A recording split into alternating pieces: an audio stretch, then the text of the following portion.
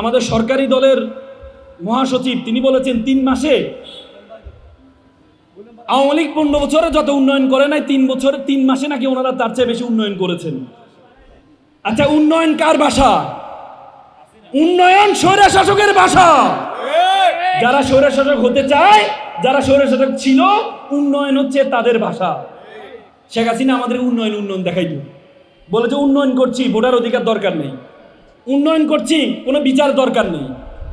এই সরকার আমাদেরকে এখন উন্নয়ন দেখাচ্ছে। এই সরকার সংস্কারকে বাদ দিয়ে দিলেন, কোনো শব্দ সংস্কার বলতে কোনো শব্দ রাখলেন না। একটু আগে আমাদের এনসিপি একজন নেত্রী বলেছেন সরকার সংস্কার শব্দটা বাদ দিয়েছেন। আমি বলি সরকার 2টা কাজ করছেন। একটা হচ্ছে সংলাপ শব্দটা বাদ দিচ্ছেন, সংস্কার শব্দটা বাদ দিচ্ছেন, সাথে সাথে বিরোধী দল ব্যর্থ এটাকে মানুষের সামনে এস্টাবলিশমেন্ট করার চেষ্টা করছেন। ওনারা বলছেন বিরোধী দল নাকি অক্ষম। ভাই, এই বিরোধী দল অক্ষম নাকি সক্ষম ওই পাশে বসলে কিন্তু বোঝা যায় না। আমি ফুয়াদ ভাই যখন পাশে বসছি, ফুয়াদ ভাইয়ের মুখোমুখি চোখাচোখি কিন্তু আমার হচ্ছে না, কিন্তু উনি যদি আমার সামনে বসতেন তাহলে আমি বিরোধী হিসাবে ওনাকে দেখতাম, ওনার কি কি লুপলস আছে। তো এই সরকারি দল তো এই যে বর্তমান বিরোধী দলের সাথে একসাথে পাশাপাশি বসছেন, এজন্য তাদের কি শক্তি সামর্থ্য আছে এটা উনি দেখেন নাই। আওয়ামী লীগকে জিজ্ঞেস করেন এই 11 দলের শক্তি সামর্থ্য কতটুকু আছে। গতকাল একটা ভিডিও ভাইরাল হয়েছে, বিদেশে একটা ভিডিও। উনি বলছেন বিএনপি আমাদের মূল শত্রু নয়, 5 মিনিট বিএনপিকে আমরা রাজপথ থেকে উঠে দিতে পারবো, আর আমাদের মূল শত্রু হচ্ছে জামাত, বলেছে না? তারা তো বিরোধী মুখোমুখি ছিল, এজন্যই তো 3 আগস্ট জামাতকে নিষিদ্ধ করা হয়েছে। তো সুতরাং আপনারা বিরোধী দল অক্ষম বলে আপনাদের দুর্বলতা ঢাকতে পারবেন না। শহীদ ওসমান হাদির বিচার আমরা কি চাই? আমরা কি চাই? রামিসা হত্যা নিয়ে যেভাবে গণ আন্দোলন শুরু হয়েছিল, এই গণ আন্দোলনের মুখে আমাদের সরকার প্রধান বলতে বাধ্য হয়েছেন 1 মাসের মধ্যে উনি ফাঁসি কার্যকর করবেন। 1 মাসের গিয়ে আজকে 1.5 মাসের মাথায় ফাঁসি কি কার্যকর হয়েছে? হয়েছে? আমাদের প্রধানমন্ত্রী সংসদে বলে যে আমি পপুলিস্ট কথাবার্তা বলি না। যদি আপনি পপুলিস্ট কথাবার্তা না বলেন তাহলে আপনি কিভাবে একটা সরকার প্রধান হয়ে বলতে পারেন যে 1.5 মাসের মধ্যে ফাঁসি কার্যকর করবেন? রামিসা হত্যাটা আমাদের কাছে দৃশ্যমান ছিল, অপরাধীকে দৃশ্যমান ছিল, ওসমান হাদির হত্যাকারীকে এটাও দৃশ্যমান আমাদের কাছে। কিন্তু সে ওসমান হাদির রামিসা 4 দিনের মাথায় চার্জশিট দিয়েছে, 20 দিনের মাথায় বিচার করেছে, কিন্তু আজকে 6 মাস হয়ে গেছে শহীদ ওসমান হাদির এখনো পর্যন্ত চার্জশিট পর্যন্ত দেওয়া হয় নাই। ওসমান হাদি কোনো একটা ব্যক্তি নয়, শহীদ ওসমান হাদি কোনো ব্যক্তি নয়। শহীদ ওসমান হাদি একটা রেভলিউশন, শহীদ ওসমান হাদি একটা সংগ্রাম, শহীদ ওসমান হাদি একটা চেতনা। আজকে যদি শহীদ ওসমান হাদির বিচার যদি না করতে পারি তাহলে ইনকলাব মঞ্চ পরাজিত হবে না, পুরো বাংলাদেশ পরাজিত হবে। আজকে আমরা এই সুন্দর আয়োজন থেকে ঢাকা বিশ্ববিদ্যালয় আন্দোলনের সুতিগাথার বলা হয় এই মধুর ক্যান্টিন। ওসমান হাদি আমাদের বিশ্ববিদ্যালয়ের ছোট ভাই, আমার হলের পাশের হলেই ছাত্র ছিল। সে ওসমান হাদির এখনো পর্যন্ত রাষ্ট্রের পক্ষ থেকে বিচারের ক্ষেত্রে ওনারা এত বেশি গাফিলতি করছেন, এখনো পর্যন্ত চার্জশিট পর্যন্ত দেন নাই। অথচ ভারতের সাথে যারা তার হত্যাকারী তারা ভারতে গিয়ে তারা স্বীকার করেছে। মমতা ব্যানার্জি নিজেই বলেছে কে হত্যা করেছে। সুতরাং সকলেই তদন্ত, আপনি সিআইডি তদন্ত করছেন, তদন্তের কি দরকার? আপনি 6 মাস হয়ে গেছে এখনো পর্যন্ত চার্জশিট দিতে পারেন নাই। ভারতের সাথে আমাদের প্রত্যর্পণ নীতি আছে, সেই নীতির আলোকে 1 বছরের বেশি সাজাপ্রাপ্ত অথবা বিচারিক কর্মকাণ্ডে 1 বছরের অধিক অপরাধে যদি কেউ অপরাধী হয় তাহলে তাকে দিতে সরকার বাধ্য থাকবে। কিন্তু এখনো পর্যন্ত তাদেরকে আমাদের কাছে প্রত্যর্পণ করে নাই। তারা পুশিং করছে 99 লক্ষ পশ্চিমবঙ্গ থেকে, আসাম থেকে হেমন্ত সে 22 লক্ষকে পাঠিয়ে দিচ্ছে। বলল যে তাদের বাবা মা তাদের দাদারা নাকি বাংলাদেশে জন্মগ্রহণ করেছে। যিনি প্রধানমন্ত্রী পশ্চিমবঙ্গের, ওনার মা কোন দেশে জন্মগ্রহণ করেছেন?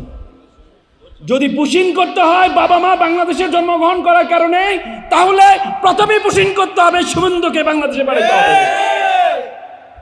আপনারা আমাদেরকে নীতি দেখান।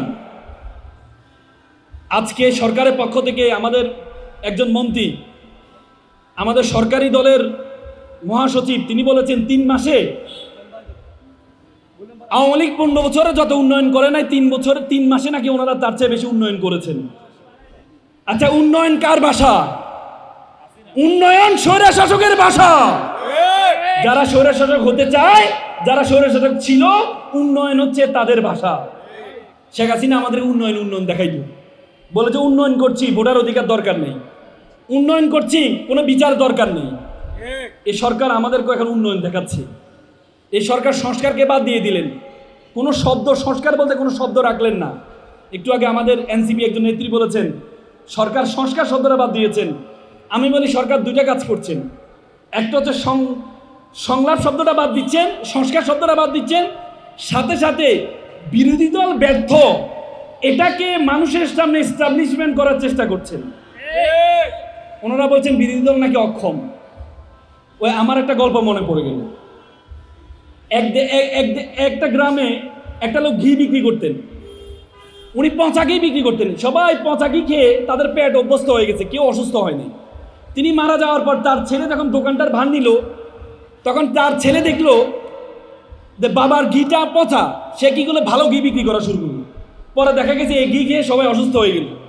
গ্রামের সবাই তার দোকানের সামনে আসা শুরু হইলো, এই তোমার বাবা তো ভালো ঘি বিক্রি করতো, তুমি কি ঘি বিক্রি করো? এই ঘি খেয়ে তো আমরা অসুস্থ হয়ে গেলাম।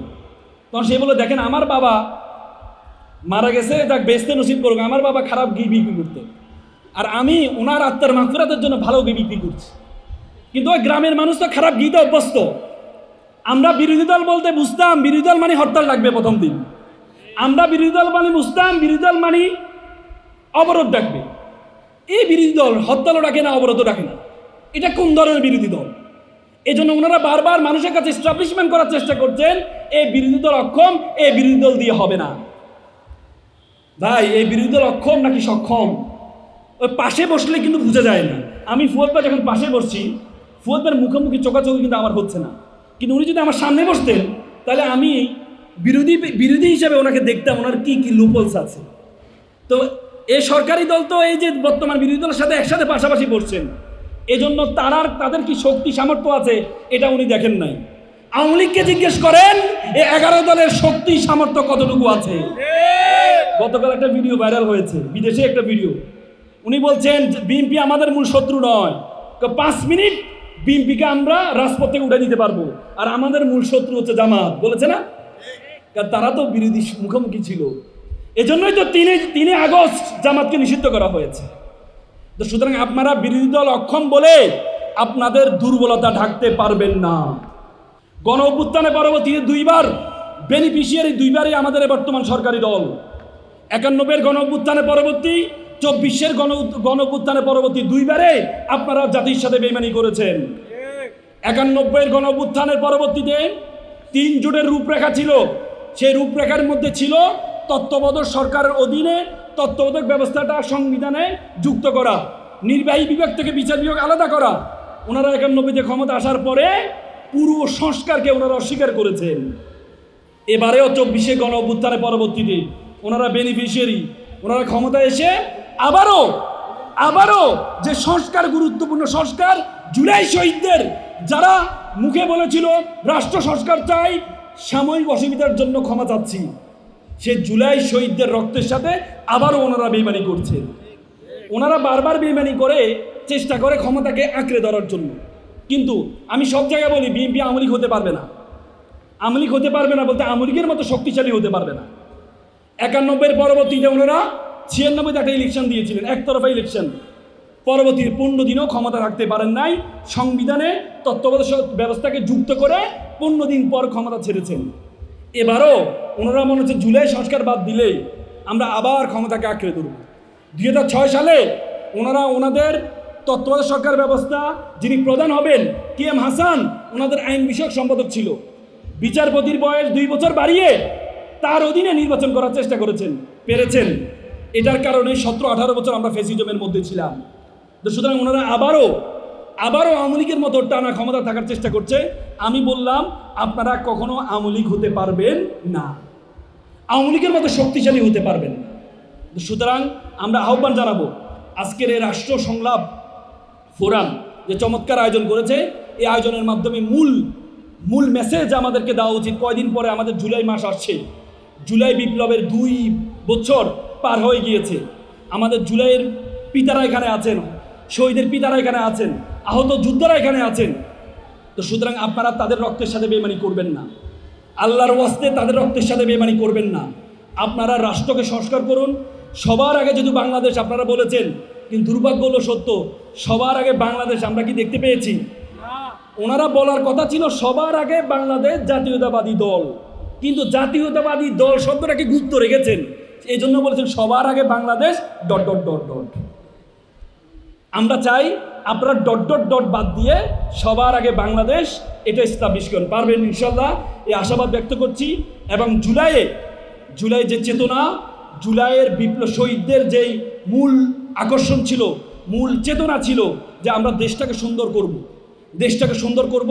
সুতরাং এই চমৎকার আয়োজনের মাধ্যমে আমরা আবারও আহ্বান জানাবো, সরকারকে আবারও আহ্বান জানাবো। ওনারা বারবার বলেন অক্ষরে অক্ষরে নাকি পালন করবেন, আমি মিনিং খুঁজে পাই না অক্ষরে অক্ষরে। What is the meaning of the অক্ষরে অক্ষরে জুলাই সনদ বাস্তবায়ন? এখনো পর্যন্ত জুলাই সনদের তো বাদ দেন, আপনি জুলাই সনদকে একটু পিছনে রাখেন। ওনাদের 31 দফা, যেটা ওনারা 2023 সালে হোটেল ওয়েস্টিনে বসে পুরো বিশ্বের সামনে, মিডিয়ার সামনে ওনারা 31 দফা দিয়েছেন, সে 31 দফা এখনো পর্যন্ত 3 মাসে 6টা দফা ওনারা নিজেরা ভায়োলেশন করেছেন। ওনারা নাকি জুলাই সনদ বাস্তবায়ন করবেন, নিজের 31 দফা নিজেরা বাস্তবায়ন। প্রথম 31 দফার প্রথমটা ছিল সংবিধান সংস্কার কমিশন করবেন, সেটাই ওনারা বাদ দিয়ে দিলেন। ওনারা বলেছেন সুপ্রিম কোর্টের সচিবালয় তৈরি করবেন, সচিবালয় প্রতিষ্ঠিত সচিবালয়, সেটা ওনারা বাদ দিয়ে দিলেন। ওনারা বলেন ক্রিয়াঙ্গনে কখনো দলবাজি করবেন না, অথচ ক্রিয়াঙ্গনে সবচেয়ে বেশি প্রত্যেকের পুত্র বলে যে ফ্যামিলি কার্ড, সবচেয়ে বড় ফ্যামিলি কার্ড তো সেখানে তারা দিয়েছে। তো সুতরাং আমরা চাই আপনারা আপনাদের 31 দফা পালন করেন, জুলাই সনদ বাস্তবায়ন করেন। সকলে ভালো থাকবেন, সুস্থ থাকবেন। আসসালামু আলাইকুম।